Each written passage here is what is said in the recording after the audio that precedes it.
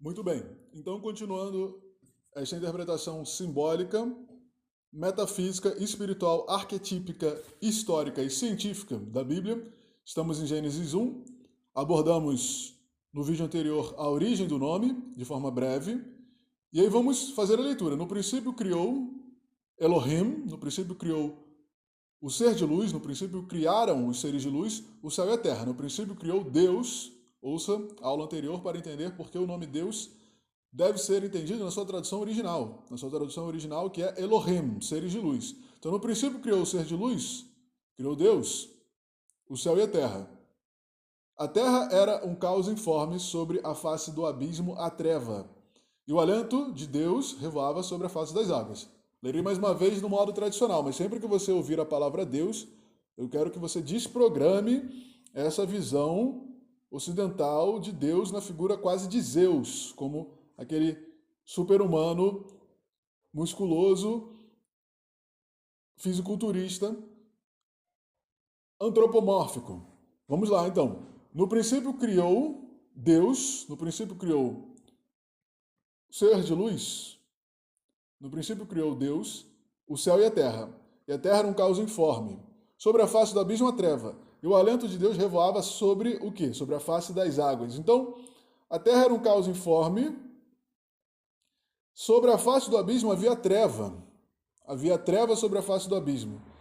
E sobre a face das águas havia o quê? O alento de Deus. Então vamos lá. Quais são os elementos da criação aqui? Céu e a terra. Então, plano espiritual, plano material.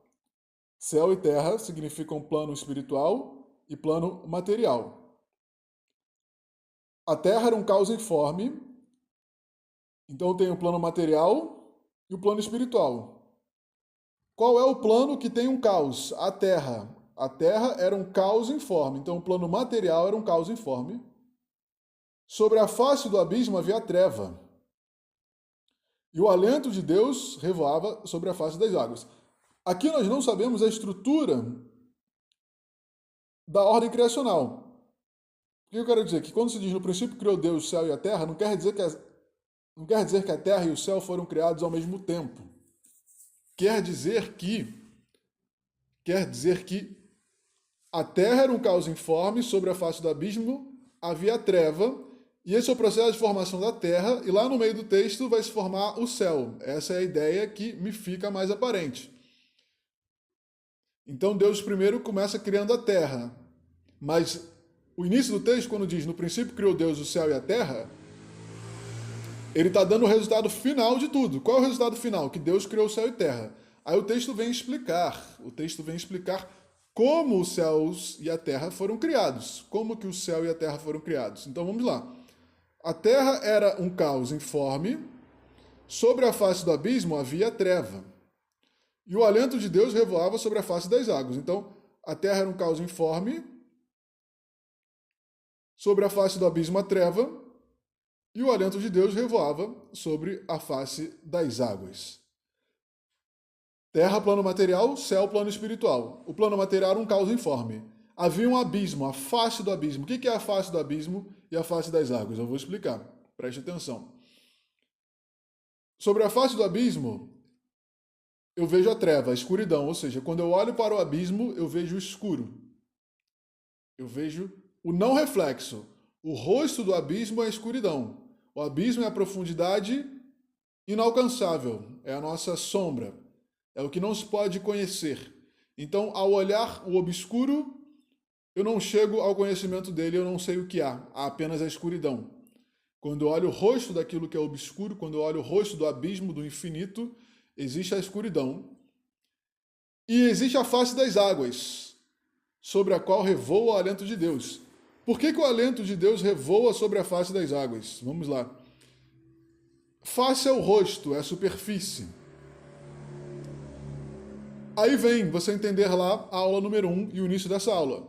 Alento é o alento. O alento é aquilo que dá vida, vitalidade. O alento de Elohim, porque não é Deus a palavra, o alento de Elohim, o alento dos seres de luz, revoava sobre a face das águas. Então a energia, a vitalidade, o espírito vital, o espírito do ser de luz estava na água. Por isso Cristo falará tanto sobre a água, por isso que existe o batismo, por isso que a água purifica, por isso Cristo diz que ele dará água viva quando ele conversa com a mulher no poço dos patriarcas, no poço de água do deserto dos patriarcas. Então, o alento de Deus revoava, o espírito dos seres de luz, a vitalidade dos seres de luz, revoava, olha que o elemento ar revoava sobre a superfície das águas. Por quê? Entenda essa explicação. Lá no passado, quando os escribas e os soferim escreveram esse texto, quando os soferim escrevem esse texto, eles estão tentando interpretar a realidade, tentando entender a existência. Se eu tenho que a superfície das águas, ela reflete as estrelas, e os antigos chamam os seres de luz, ou seja, as estrelas do céu, como sendo os deuses na criação de Gênesis, vindo da tradição dos povos nômades beduínos do deserto, povos místicos, povos bruxos, povos feiticeiros, nômades, beduínos, de turbante, de túnica, de camelo, de ação mágica de feitiçaria e bruxaria. Esses caras entendiam que os seres do céu, os seres de luz, eram as estrelas, que eram os seres que habitavam no céu, eram os criadores da realidade. E quando eles olhavam para a água, lá nos rios, nos oásis, nos mares, e viam as estrelas sendo refletidas na superfície da água, eles entendiam que, com a limitação científica, física e química da época, eles entendiam que a água continha também o espírito dos seres de luz. Os seres de luz, eles estavam lá no céu. Preste atenção, hein? Preste atenção. Os seres de luz, eles estavam lá no céu, lá no alto. Os seres de luz estavam lá no céu, lá no alto. Os Elohim, que eles vão chamar de Deus depois com a tradução grega, que também quer dizer ser de luz, Deus também quer dizer ser de luz, então os seres de luz estavam lá no alto, e aí no céu eles estavam, e quando se olhava para as águas à noite, o rio, a água dos oásis, a água do poço, a água do mar refletia as estrelas do céu. Então eles achavam que aquilo que voava lá nos céus voava também sobre a superfície, sobre a face das águas. Gênesis 1, 2. O alento de Deus, o alento dos seres de luz, o alento de Elohim, voava sobre a face das águas, sobre a face das águas, sobre a superfície das águas, refletia-se o que estava voando nos céus. Então eles entendiam que os seres de luz tinham duas capacidades, de voar nos céus e de voar sobre a água. Por isso que vem lá em Gênesis, vou pular aqui para Gênesis capítulo 1 ainda, mesma página, Gênesis 6, existe uma abóbada entre as águas que separe águas de águas. Gênesis 6. E Elohim disse, existe uma abóbada entre as águas que separe águas de águas. E Deus fez a abóbada para separar as águas de baixo das águas de cima. Então eu tenho as águas de baixo e as águas de cima. Faz sentido para vocês? Deus fez separar as águas de baixo e as águas de cima. E Deus chamou a abóbada céu, ou seja, o que separa a água de baixo da água de cima é o céu. Por quê, meu caro amado ouvinte? Porque os antigos entendiam que o céu era um firmamento que separava as águas de cima das águas de baixo. Mas ora, o que são as águas de cima? Por que eles diziam que tem águas de cima? Porque é muito simples. Se o brilho das estrelas, se as estrelas cintilando e brilhando, estão lá no céu, depois as estrelas cintilando e brilhando, elas estão na água dos rios, dos mares e dos poços, do deserto, quando chove, vem água para a terra. Então os antigos entendiam que os seres de luz estavam na água lá de cima, essa água se liquefazia, essa água chovia, quando havia precipitação, quando havia chuva, a água lá do céu de cima descia para aqui embaixo. Então, a água que está aqui embaixo, para os antigos, era a mesma água que estava lá em cima. E, obviamente, eles entendiam o fenômeno também da evaporação, da ebulição. Esses caras ferviam água, eles ferviam calor. Eles faziam calor para ferver líquidos. Eles entendiam que o que era líquido evaporava. e subia de novo para o céu. Então, eles entenderam que o céu era feito de água, que o céu separava a água que estava lá em cima da água que estava aqui embaixo. Aí tem a cor azul também. Se eu tenho a cor azul lá em cima e a cor azul aqui embaixo, se a água lá de cima é azul e a água aqui de baixo é azul, o azul, então, para eles era mais um indicador de que o céu era dividido em dois. Que o céu era uma linha que dividia a água de cima da água de baixo, tá? Essa é a ideia de céu. O céu, para eles, era uma linha que separava águas de cima e águas de baixo. Por quê? Porque aí vem lá, Gênesis 1 ainda, ó, seguindo. E o ser de luz chamou a abóbora céu. Deus chamou a abóbora céu.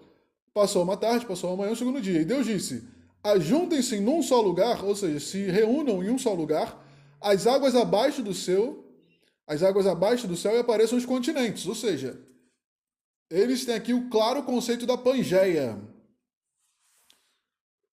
A reunião da água, para eles, era a ideia de que você tinha um continente inteiro, único, e esse continente era cercado por água. Tá? Que não é uma noção muito distante da Pangeia da Terra. É uma noção, na verdade, bem precisa. E aí você tem aqui que passou uma tarde, passou uma manhã, o segundo dia, juntem-se num só lugar as águas abaixo do céu e apareçam os continentes. Ou seja, as águas abaixo do céu, o que são as águas abaixo do céu? As águas abaixo do céu,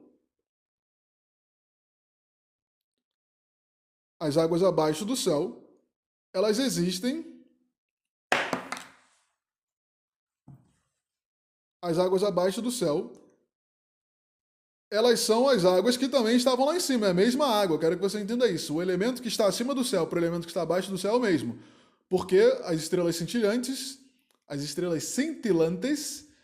brilhavam e esses seres de luz, que eram os deuses, estavam revoando sobre a superfície da água lá do céu e da superfície da água aqui de baixo. E aí perceba que a atmosfera ela é formada de quê? De oxigênio e hidrogênio. Nitrogênio. A água é formada de oxigênio e hidrogênio. Não é isso? A água é H2O, hidrogênio e oxigênio. E o céu também é formado de H2O. Nós temos o hidrogênio em formato gasoso, o oxigênio, o hélio, vários outros gases na atmosfera. A água também tem vários gases. Se você entrar no mar, tem vários gases ali dentro. Mas eu quero que vocês entendam que a forma gasosa dos elementos e a forma gasosa dos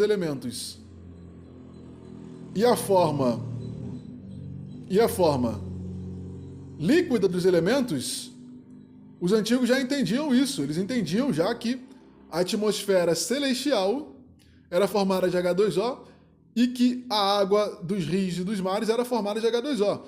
Veja que eles não estão errados, porque o elemento é o mesmo. Então, o conceito aqui que você precisa entender, lá de cara, em Gênesis 1, 2, é que a face do abismo ela gera a escuridão. E a face das águas reflete os seres de luz. E os seres de luz estão dentro da água. Por que os seres de luz estão dentro da água? Não só porque eles são refletidos na água dos rios, dos mares e dos desertos, e porque eles estão também no céu. Então os antigos achavam que quando chovia, esses seres de luz estavam com sua vitalidade, com sua energia dentro da água. Por quê, gente? Preste atenção. Preste atenção.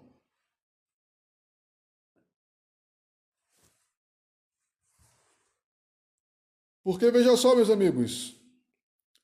Vejam só, meus amigos. Vejam com clareza. Por que isso? Porque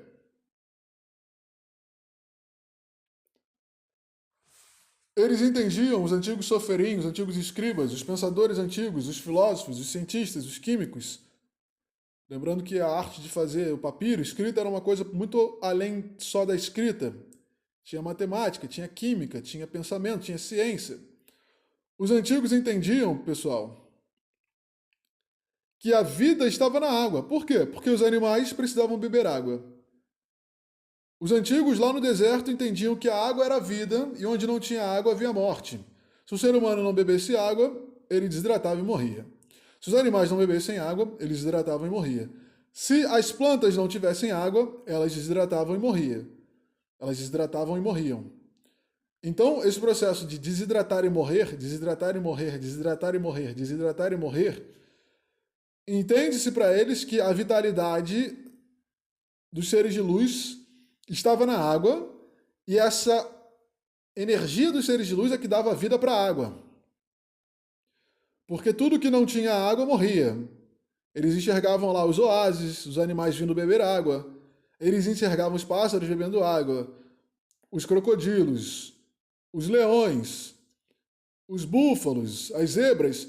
Eles enxergavam que todo animal prestava reverência à água, no sentido de necessitar dela.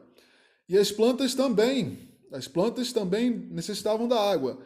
E o ser humano e os animais e as plantas sem água desidratavam, morriam, secavam. Se eles morriam, desidratavam, secavam, bem, então a energia da vida está na água. Se a energia da vida está na água e essa água tem um brilho cintilante que eu vejo à noite, eu vejo os seres de luz lá do céu refletindo nessa água, e essa água me dá vida, bem, então os seres de luz criaram a vida, porque sem esse ser de luz, sem essa vitalidade, sem essa energia, nós morreríamos.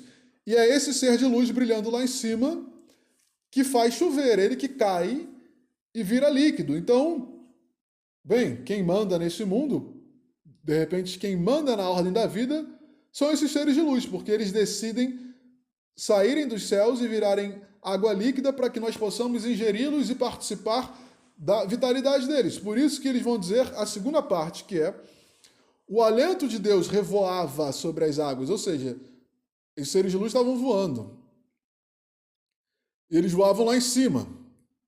Eles voavam lá no alto. Como eles voavam lá em cima, lá no alto, esse voo lá de cima, esse voo lá do alto, fez com que os seres de luz, esse voo lá de cima, esse voo lá do alto, fez com que os seres de luz o quê?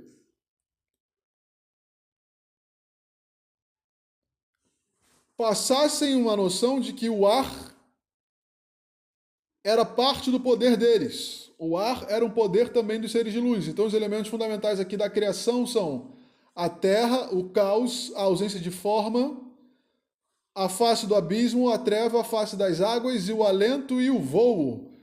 O ar. Onde que o ar se torna um poder também dos seres de luz? Ora, porque Deus soprou na narina de Adão.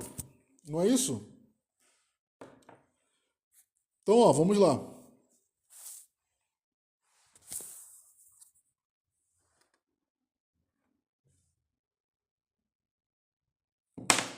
Deus soprou na narina de Adão.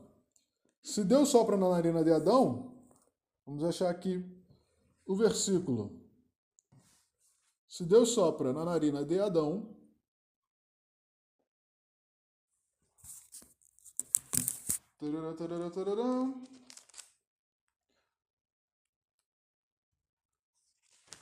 aí é Gênesis 2, né? Porque a criação é repetida, tem duas criações. Então, se Deus sopra na narina de Adão, que Gênesis 2... Então o Senhor modelou o homem, vamos lá, achei. Gênesis 2, versículo 7. Então o Senhor Deus modelou o homem à sua imagem e semelhança. Vamos lá, perdão. Então o Senhor Deus modelou o homem da argila do solo, soprou alento de vida em seu nariz, e o homem se transformou em ser vivo. Olha lá, alento de vida. Onde é que aparece a palavra alento? E o alento de Deus revoava sobre a face das águas. Gênesis 1, versículo 2. O alento de Deus revoava sobre a face, sobre a superfície das águas. Gênesis 2 agora, perdão. Gênesis 1, versículo 2. O alento de Deus revoava sobre as águas. Gênesis 2, versículo 7. O Senhor modelou o homem à argila do solo, soprou o alento de vida em seu nariz. O alento é o ar. Então eu dizia que os elementos da criação, os elementos fundamentais da criação são a terra, o caos informe, a face do abismo, a treva. e o alento de Deus revoava sobre a face das águas. Se eu tenho o alento de Deus revoando sobre a face das águas,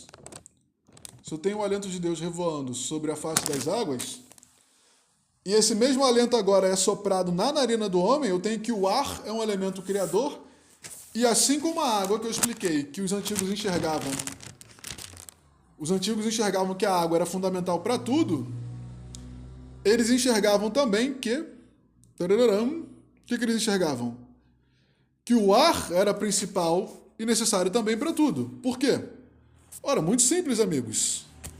É muito simples. É muito, muito simples. Se o ser humano não respirasse, ele morria.